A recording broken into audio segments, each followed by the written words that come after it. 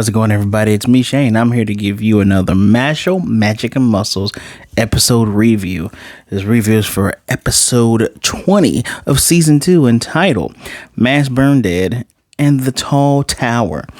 That title is kind of misleading because it's not all that important. But before I go any further, please, the important thing is I need you to hit that like button, subscribe, and hit the notification bell to be notified of more reviews just like this one. If you want to support me even further, my Patreon is in that description below. Just hit the button right there after that blurb. Oh, look, there it is right there.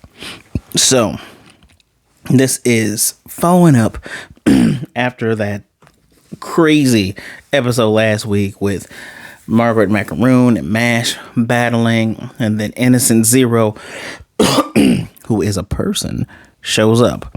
Now, all hell is broken loose. That's the theme of this episode. Is all hell is broken loose. And Innocent Zero wants Mash to be part of his body. And there's so much lore in this, and it's insane. Like, apparently he's not his son, but he keeps calling him son. He's like, everybody, all of my people I gather are my family, or something. It is so lost on me, right? And it is very much confirmed that this is time stop magic. One thing I have to include, because I don't want to forget this. In the intro, this amazing intro, Bling Bang Bang Born by Creepy Nuts, the animation has changed, because before it was just Mash doing the Bling Bang Bang Bling Bang Bang Bling Bang Bang Born. Now it is everyone. I'm talking Macaron, Wahlberg, Lance, Dot, Finn, Lemon, everybody. Everybody's doing it. It's very nice. I am going, if Creepy Nuts actually put it up on their YouTube, I'm going to put that link in the description below if you want to see that. Just, I lost it because this is actually my favorite song of the season. So, yeah. But back to what's going on here, right? We got tons of lore. So, let's talk about some lore here. So the person who shaped this magical realm, this magical era, and set down a foundation for divine visionaries, his name is Adam. Get it? First man, Adam, Bible, Adam and Eve. Yeah, that that is not lost on me either. But the silhouette of Adam, he looks pretty damn cool. Like, this dude has his wand, because the canes, bro, those are staffs. Those are magical staffs. But you're going to call them wands? All right. His wand, his cane, his staff looks like a giant scythe. He looks like a reaper. But no one could stand up to him, right? It is like matching with God, apparently. And Innocent Zero and Wahlberg were two of his best apprentices. So you got the guy who made up this bullshit system and his two apprentices right here, which, okay, now it kind of explains why Wahlberg is very, very hell-bent on changing how things work, right? Tons of sense, right? Here. And what's this? All of this was actually relayed by Reveiw, because curly hair, what's his name? Neri? Neri. I want to hear Neri was asking, what's going on here. And Reveiw was just kind of worried. He's like, what happens if Wahlberg gets killed? Innocent Zero, or as I call him in my notes, Izu, he has no face. Like, so when the battle is about to pop off, and this stuff is getting hype, like, Wahlberg punks one of Innocent Zero's dudes. Like, the guy has scissors and he's like, oh yeah, that's the Wahlberg guy, but I'm gonna get him. And all he does, he glances at him, and dude sees an axe go through his own head. He's like, what is with this murderous intent? And I actually put this in. I put this in later. Wahlberg calls the dude. He's like, "Oh, you're trembling. You're scared." And he laughs, taking off that hat, and calls dude an insignificant speck. Okay, I'm starting to think MASH might actually be Wahlberg's kid, because that is it. That they have some really good ass comebacks in this episode by itself, right? But yeah, things about to pop off. He does his summons, his summons Uranus. It says Uranus. I'm not gonna say how we normally say it. But for a dude with the power of Uranus, he's about to get all up in their butt. And the other dude has summoned Kronos, which explains all the time magic. And I love that I called it. Dude has a face of a clock on his wand. And Wahlberg's cane, his wand cane, it looks pretty much magical. It's hard to describe. Red energy, bad. Blue energy, good. Clash. About to pop off. Wahlberg sends them to a different dimension with his magic. I don't know what type of magic he has still. I don't know if it's spatial. This dude has time, then you need space. So maybe it's spatial magic and how he was able to get them into the sky. But then it's revealed that Innocent Zero has no face. Literally speaking, without a face. And Wahlberg's is like, you've just given up all your humanity and everything. And he uses like the effect to have him bring a face onto his face. Well, I know that was with not with hand draws, with 3D. That stuff looked great. He even tells him, he's like, I am the most human of everybody. I need to get this speech, because this speech was actually pretty damn good. No face. God. And dude says that he's the most human out of anybody. His desires are deep and his greed is limitless. And so there's two things he wants to do today. He wants to take MASH back to his house so he can absorb him, it was what I understand. And then he wants to kill Wahlberg. He does time magic living dead, which again, showing how that worked with the time, the faces on the clock and all that. And Wahlberg is saying that it's some type of forbidden spell. Okay. A giant coffin appeared. So wait, this isn't going to be Orochimaru bringing back the Hokage, is it? Is this going to be Orochimaru bringing back the Hokages? Is this dude about to bring back Adam? And then it's going to be like Wahlberg has to fight the reanimated corpse of their teacher. I'm going to call it now. And if it happens, first thing I'm going to do when I get on here is scream out vindication. So, yeah. Just shit's about to hit the fan. But before we had that transition here, homeboy, Innocent Zero, summoned demons. First of all, I couldn't even tell these things were demons. They just had little cyclops eyes, but he summoned demons. On top of having 3 other lackeys with him, Scissor Man, the weird guy we saw before, I don't remember his name. More on him later. And then we have a character that just made me go, you are way over design. Like, this black dude, fairly tall, hunched over, sharp teeth, 2 crosses on a chain, and it has a necklace of skulls, screaming skulls. That is so overly designed that fits in with the show, actually, now that I think about some of the villains that we have here. But no, that's not true, because Macaron, their design is it's good. Then you have Faldo, not Valdo, as I thought his name was, Faldo.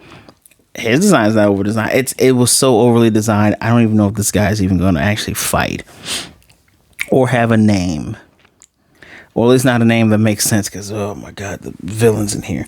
But basically, Innocent Zero didn't care about anybody else. He just wanted MASH or some bunch of demons, right? So it's like, oh no, are you going to stop me from getting MASH? Or are you going to protect your students? Well, Wahlberg is powerful enough to break the spell, and he frees. And it's crazy that this time magic froze even the Divine Visionaries. So he freed both Divine Visionaries. That's Otto. I think he's a traitor. Fake ass Harry Potter. I think he's a traitor. Faldo. His name's not Valdo, right? It's not even Faldo. Haldo, Coraldo, Faldo. It's Kaldo. Kaldo, whatever. I'm going to call him Cal so I don't forget it. Cal, Madl, Mash, Macaron, Lawrence, and Dot. I initially thought he freed Finn, but then when they did the cool 6-face cut-in where he tells them, take care of all this, I'm fighting him, that was really cool. Didn't see Finn there. So, plus Finn's displacement magic, I don't know how it's going to work when, you got to try to beat the demon things. But yeah, that was very, very fun. Well, very, very cool, right? And now, with all of this, the guy with the bowl cut, I cannot remember. I really should look up these villains' names. Because even though he's very overly designed, the name did not stick with me. Is his name isn't that Matt Mickelson? Although Matt Mickelson could play him. We're just going to type in Blonde. We're doing it live. Blonde Mashle. Sail War. Man, that name is stupid. Anyway. God. So he's there and he makes this giant, I forget, his magic is carbon. Right, carbon spikes. So he makes a spike tower, and he's making essentially a spirit bomb made out of carbon spikes. He's gonna throw it down, and it's gonna hurt everybody. And then we make the dissension, or discern. We discern that Mash isn't being attacked by the demons. Like the demons are just walking around him, and so it doesn't really make any sense for them to just keep fighting and say, "Hey, Mash, go take out the tower, go take out the attack," which Cell War thought it would take Mash a while to get there. No, he's fast. He gets there and he kicks the tower piece by piece. Doesn't need to climb it. Kicks it piece by piece like a Doramu or Daruma. I think it's like a toy. Anybody play Mega Man? You guys play Mega Man? Remember, there's a villain Mega Man where the pieces come out and they jet out part by part. It's kind of like that. It's that Mash was kicking it. And Mash got there pretty fast, man. And he essentially forgot who Cell War was. It was a very funny interaction. Like, Mash is doing his funny face, looking to the side like, oh yeah, I haven't seen you since you sat next to me at the entrance exam. And the dude goes, and I'm thinking to myself, initially how this is going, I was like, were they scouting Mash the whole time? But I thought he only knew of Mash when he went to kill Abel. And dude just looks at him and goes, you don't remember me? And he's very offended. Cell War is extremely offended. JoJo villain number 1 is super offended. And it's actually fairly hilarious. I'll go over that battle actually first, because there's other stuff I want to talk about that was kind of silly. But the battle there is he's doing the carbon move. And even Dot, I love the fact that Dot, for as dumb as Dot is, he's recanting everything for the audience. He goes like, last time Abel had to put Mash in a puppet for him to, dodge the carbon things, and dude's doing carbon rain, and Mash, in a very silly, non-serious face, is just running across them. Guy's throwing more of them, and he's thinking it took everything in his power to defend against it. How is he dodging it? And Mash gets close and punches him and says the second coolest damn line of this episode, where Mash goes, oh, I remember you now, right? Hold on, wait. I saw it once, right? I've seen how you did your move once. So you're gonna do the same thing twice? Please. That is one of the rudest things to say to an opponent. Even when Goku said something similar to PyCon, it was more like lighthearted. Mash is just putting an end to this whole man's career. So that's funny. No competition there. Now, on the battlefield, there's a guy whose name is Sitter Baby. So we have Cell War, we have Innocent Zero, we have Sitter Baby. Person who created Mashle Magic and Muscles. First of all, great show. BTW. I enjoy the show. You're naming like Lance Crown. That's kind of cool, right? Finn Ames, Rain Ames, Mash Burnedead. Cool names. Why the hell is this man called Sitter Babies? Yeah, and I get it. His magic is turning people into infants. Because when you turn into an infant, you don't have the same magical power you have. Actually, you can't even talk. They say babu babu with little pacifiers. Babu babu, which reminds me of Pagumon from Digimon when Tensumon got turned into his first baby form. But that's neither here nor there. But, you know, they say babu babu. Can't even understand one another. So I get it, but his name is Sitter Baby. And when he does his magic, he says babies. So babies, all the little babies. Yeah, Incel War. I think Sitter Baby is more atrocious. Yeah, Sitter Baby is way more atrocious. So this guy is able to turn himself into a baby, apparently. Tricks Dot, turns Dot into a baby. Dot can't do his magic. Dot has to get help from Lawrence. Lance. And Lance is able to just instinctively dodge. Like, picks up baby Dot's like, I can't understand a damn thing you're saying. And then Dot, and when Lance gets turned into a baby, they see a toy and they can't resist it for some reason. And it's unique situation, right? You got this guy who is so evil. He says, oh yes, I love having overwhelming odds and being able to beat up those who cannot defend themselves. He's dressed in a baby bonnet and a onesie, is saying all of this. And he easily gets his ass beat because Lance is that dude.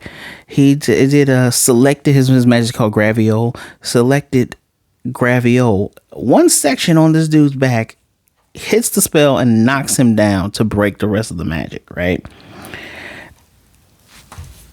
Almost forgot that. And even Dot's like, wait, what? I can even do my magic, but this dude has, to make up for the drawback of power, just focused it on one part. And because the user is weaker than the magic that they have themselves, it's pretty easy to knock this man out. And while dude was bragging about it being one-sided, Lance thought he could join in on the let's come up with some cold retraction lines, and says, yeah, indeed, that was one-sided scum. Although most of the time he was saying babu, babu, babu. Even strong as an infant. And of course, Cal was saying, some can bridge that age gap. That's pretty good, which, okay, yeah, giving Lance his credit. Lance could actually be a divine visionary when you think about it. I digress, though. That just Sitter Baby.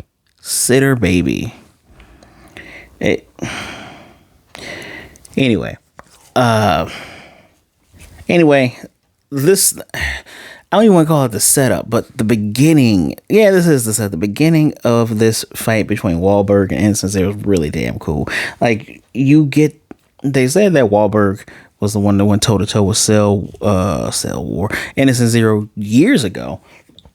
And you see why, because when he's showing his power, 2 more lines, because you see how the third line bursts on Rain, right? Just splurts all the way down, and he's a triple line word score. Innocent Zero is a triple line word score. And actually, when he asked him about why he was going through all this, because he wants to live forever, he wants immense power, and he wants to be beautiful. And Wahlberg is just like, that is some of the most trivial stuff I've ever heard. So yeah, Wahlberg's probably gonna die next episode. Hope he doesn't. He's just showing up. He is now part of the list of cool old men who are super strong. Please don't kill off this guy that fast, right? Oh, I forgot about Margaret. So Margaret Macaron has had this interesting interaction with them and Dot, where Margaret is talking about, this is obviously a trap for Sweet Little Mash, because they're not, let's say Sweet Little Mash, they're not attacking Mash, and Mash is going to run head first. And Dot's going, well, what makes you, think this? And Margaret goes, call it a woman's intuition. And literally the battle music stops. Everything stops. And Dot goes, okay, so you have the heart of a woman. I was wondering about that for a while. All right, then. Again, a series where we have a literal non-binary character, but it's interesting because it didn't feel disruptive. It's right along with the flow of this show, right? The silliness, the goofiness, somehow inclusive now as well. Well, not somehow, it's been inclusive since Macaron has shown up. Actually, Margaret Macaron is probably one of my favorite characters from this show because they are not just strong, they're pretty damn cool. Like, they're doing their magic in here, taking out these demons. And who said this? I think it's Cal. Cal had said to Madl, who gave him an assist, because Cal had to use that black flames to cut some of the demons in half. And then there's giant white demons. I guess they're stronger than the regular demons. And they made reference to each of these things have the power of a two-liner, of a double-liner. So for the fact that Macaron is also in that second form with the long hair, the more feminine looks, the fact that Macaron is like not even using like their high level magic on these things, that is probably still one of the strongest characters. So it's, at the moment, it's Innocent Zero and Wahlberg, and then it's Mash, Macaron, and probably everyone else.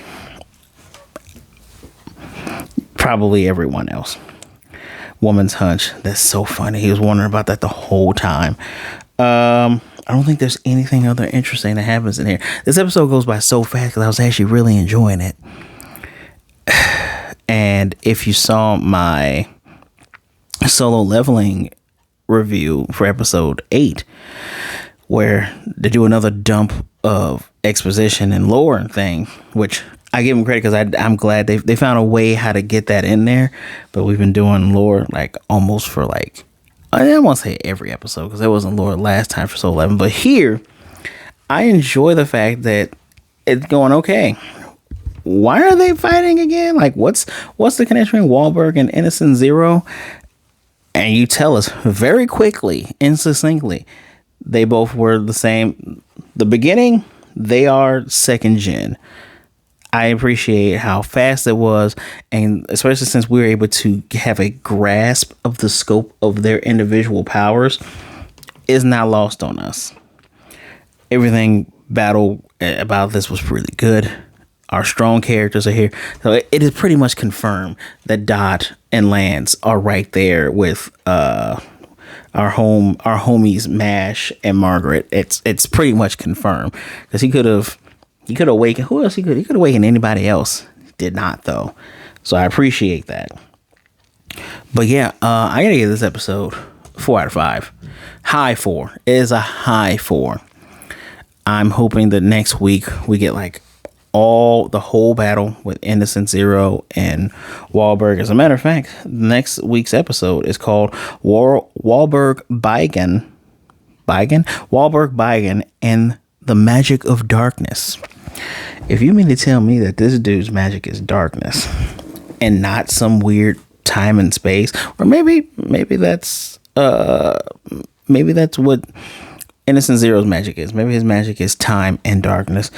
But Wahlberg Beigen, this whole episode is dedicated to you, my friend. But yeah, Mash fighting the tower, that was pretty easy. He didn't have to climb it. Chopped it down. In order to stop the spell, you got to knock the dude out. He knocked the dude out. That wasn't hard at all.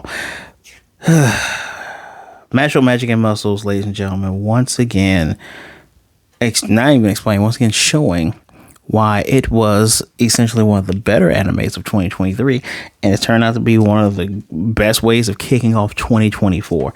Let me know what you thought of this episode in the description, but in the comment section down below. 4 out of 5 from me. I want to hear from you. Who's your favorite character so far? I'm Team Mash all the way, but Abel and Margaret Macaron, they're they're pretty damn cool characters, right? I kind of wish Wahlberg had brought Abel up. I guess Abel is a fake double liner even, so no, he's a fake triple liner. So I don't know. I would have been like, yeah, no, you puppet dude, do your puppet thing. Or even Abyss Zero. He nullifies magic. Abyss Zero. I'm sorry, Abyss Walker. Abyss Texas Walker. Walker negates other things. I would have woken those two up too. So we wouldn't have to worry about nothing else. But that's just me. Let me know what you think in the comment section down below. Do not forget, hit that like button, subscribe, and hit that notification bell so you can be notified of more reviews just like this one. I thank you all for taking some time out to listen to me talk about Mashle, magic, and muscles. Please, be good, be blessed. Wash those hands, drink some water, be good to yourselves, be good to others. Either way it goes, don't be a jerk, and make sure you're staying safe out there, all right?